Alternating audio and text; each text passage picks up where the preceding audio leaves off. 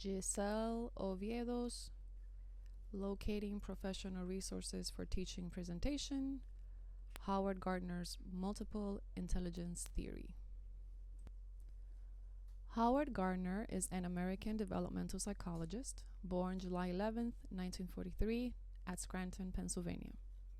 He is a developmental psychologist, research professor of cognition and education at Harvard. He is best known for his theory of multiple intelligences and the book Frames of Mind, The Theory of Multiple Intelligences, published in 1983.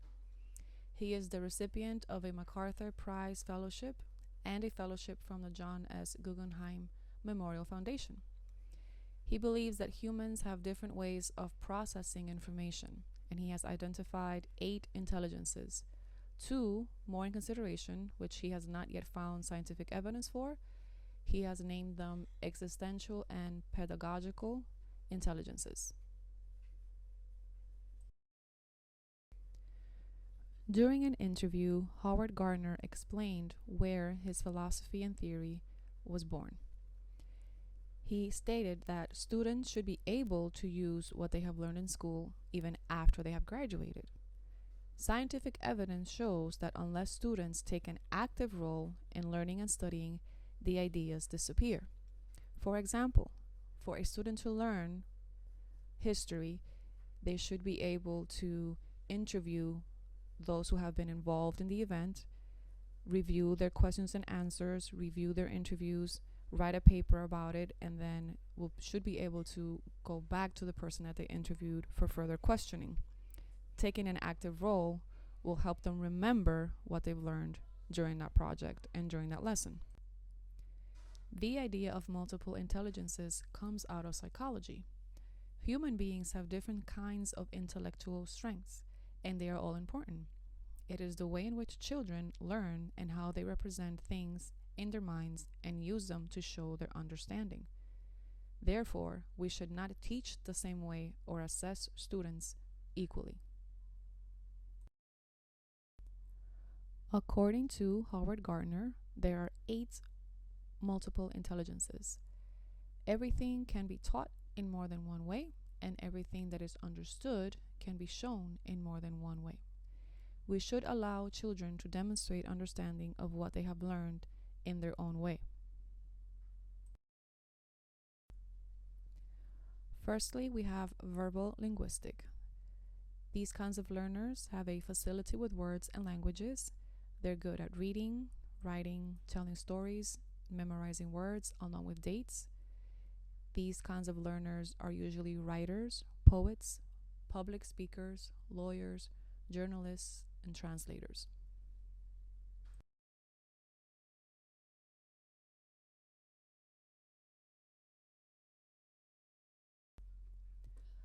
Verbal linguistics products and activities include poems, jokes, speeches, newspaper articles, word games, reaction papers, screenplays, and debates. Logical or mathematical are students that are good with logic, abstractions, reasoning, numbers, and critical thinking. They have the capacity to understand the underlying principles of causal systems. Usually, these students could grow up to be mathematicians, computer programmers, bankers, scientists, engineers, and accountants. IQ exams measure your linguistic and mathematical capabilities. If you are well versed in these intelligences, you will score very well on exams. However, Howard Gardner believes that life in general is much more than how well you can perform on a given test. In other regions and in different times, your success was measured differently. How well were you able to survive during cave times in Africa, for example, is much more different than how well you can score on a test. Students or people who are more logical, their products and activities may include graphs, timeline, logic puzzles, Venn diagrams, equations, patterns, charts, and recipes. Musical are students that are sensitive to sounds, rhythms, tones, and music. They have good or absolute pitch, able to sing, play musical instruments, and compose music. Usually, these are students that are future musicians, acoustic engineers, composers, music producers, and entertainers. These students will do very well with activities that require songwriting, poetry or rapping, creating jingles, using soundtracks, CD liner notes, musical collages, or performances.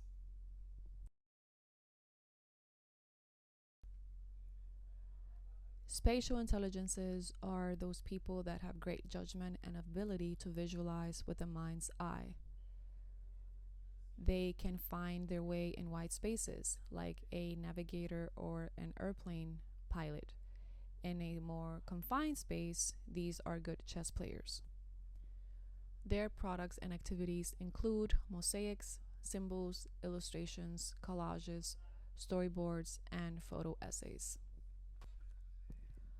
Bodily or kinesthetics include those who have good control of their bodily motions and the capacity to handle objects skillfully.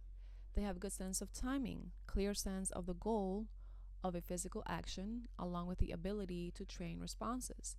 These would be your athletes, dancers, nurses and surgeons, physical therapists, sign language interpreters, and the like. Bodily kinesthetics products and activities are role playing, skits, gestures, dances, pantomimes, games, modeling, and designing. Interpersonal intelligences are those who interact well with others. These are the children that are happy to work in groups. They are sensitive to others' moods, feelings, temperaments, and motivations. They have the ability to cooperate in order to work as part of a group. They communicate effectively and empathize easily with others and may be either leaders or followers. These are your teachers, therapists, salespeople, coaches, trainers, and caregivers. Intrapersonal is different than interpersonal. Intrapersonal are introspective and self reflective individuals. They have a deep understanding of the self, what one's strengths are, their weaknesses, what makes one unique, being able to predict one's own reactions or emotions. These usually make good spiritual leaders and philosophers. They know what skills they have, what obstacles they have, and it is important to have intrapersonal intelligences because it allows you and guides you to make decisions. Sometimes people do not make the best decisions because they're not aware of their strengths and weaknesses. Students who have intrapersonal intelligences have the following products and activities. They enjoy journal or diaries, autobiographies, independent study, self assessment, reflection, and quotations. Naturalistic are those individuals who can make sense of nature. They are natural at relating information to one's natural surroundings, classifying natural forms such as animals and plant species, and rocks and mountain types. These are usually farmers, botanists, and chefs. Their products and activities are field study, planting, experimentations, observations, photography, and collecting. Moreover, Howard Gardner believes that there are two more intelligences, even though he has not found scientific evidence to prove so. The first one would be existential intelligence, which is the intelligence of asking big questions, such as who are we? Why do we love? Why are we here? The second is pedagogical intelligence. He believes these are individuals who are talented or have the capability of teaching others. He explains that children by the age of 3 can already teach others. However, he also understands that even if a person is intelligent or capable of solving difficult math problems, they do not have the talent or the ability or the intelligence to teach another person how to solve the same exact equation or mathematical problem. He believes that we are the only species that have these different intelligences, But no two people in the planet have the same profile of intelligence. Even identical twins do not share the same profile of intelligence. Therefore, we should individualize teaching, learning, and assessing as much as possible.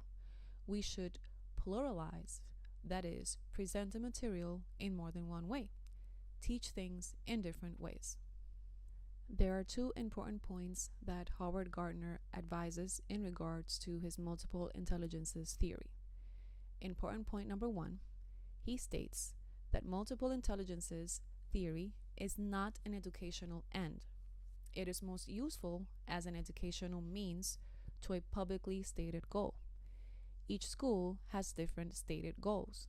Some schools focus more on classroom management, disciplinary actions. Others are more focused on performance and examinations.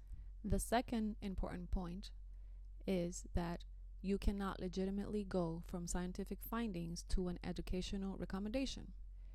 He states that any scientific claim yields a large number of implications, even ones that may appear inconsistent with one another. During one of his courses, Howard Gardner explained how one of his colleagues uses multiple intelligences to teach her 5th grade class about history. She begins by showing her class slides or photographs about Christopher Columbus, Hernan Cortez, Vasco da Gama, Leif Erikson, and begins to teach about the expeditions. Then she lists different ways in which the students can demonstrate understanding on the subject. On the list of assignments, she will require students to either tell the story in their own words, sing a song about the story of the expeditions, act out a pivotal scene from an expedition, map out the course followed, what would the explorer draw if he was able to draw a map about what he explored, what numbers are important for each explorer. For Christopher Columbus, for example, the number 3 would be important because he sailed with 3 ships, La Hija, La Pinta, y La Santa Maria. Therefore, the purpose of multiple intelligences theory is to enable educators to instruct and teach a lesson in different ways. This will facilitate a deeper understanding among students, and you will reach more students. Some students learn better by reading, others by looking at art, photos, graphs, a video, or using your body to accentuate gestures. What does it mean to understand? To understand is to be able to think about one particular subject or thing in different ways, having different perspectives. If you have only one perspective about yourself, your family, your home, your school, or even the country that you live, you are limited in your understanding of. With the same token, you should be able to explain something in various ways. If you are a teacher and you can only explain a particular topic or subject matter one way, according to Howard Gardner, you're not a good teacher. Because if a student does not understand what you're teaching, you should be able to find different ways to explain it so that they can have a deeper understanding.